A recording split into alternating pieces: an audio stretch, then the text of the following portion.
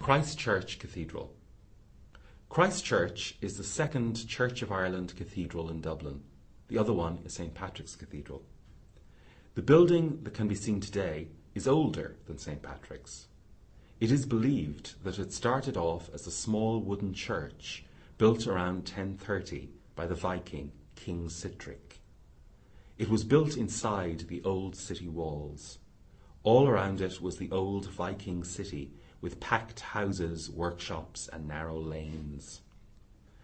It was replaced around 1200 with the beginnings of the stone building we see today.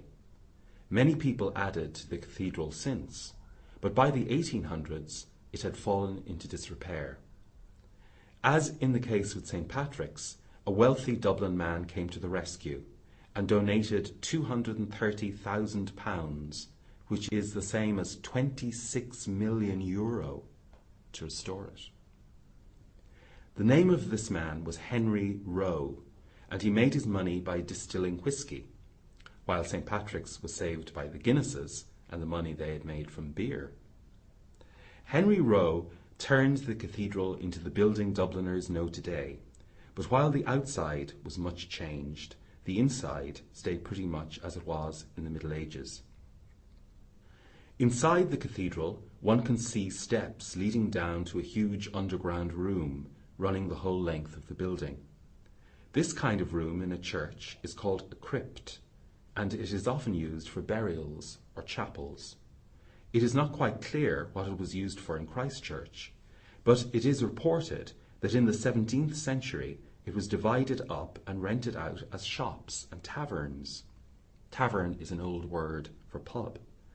And in those days, travellers would stop off for a bite to eat or drink. Many people and stories are connected with Christ Church Cathedral. One of the famous people is Lawrence O'Toole, the Archbishop and patron saint of Dublin. He invited Augustinian monks to live beside Christ Church. The remains of some of their houses can still be seen inside the grounds of the cathedral. Inside the cathedral is the tomb of Strongbow, the Norman knight who came to Ireland with the King of Leinster, Dermot MacMurrough. Strongbow married MacMurrough's daughter, Aoife, and himself became King of Leinster in 1171. He is supposed to have started the rule of the Normans in Ireland. The figure on his tomb shows a knight with a shield, dressed for battle. His hands are joined and his legs crossed. One of the strangest events ever to take place in Christ Church happened in 1487. The English were fighting over who should be their king. In order to win this quarrel, some of them found a 10-year-old boy named Lambert Simnel, who looked very much like the princes who were kept in prison by the English king. They gave him fine clothes and jewels and crowned him King of England in Christ Church Cathedral.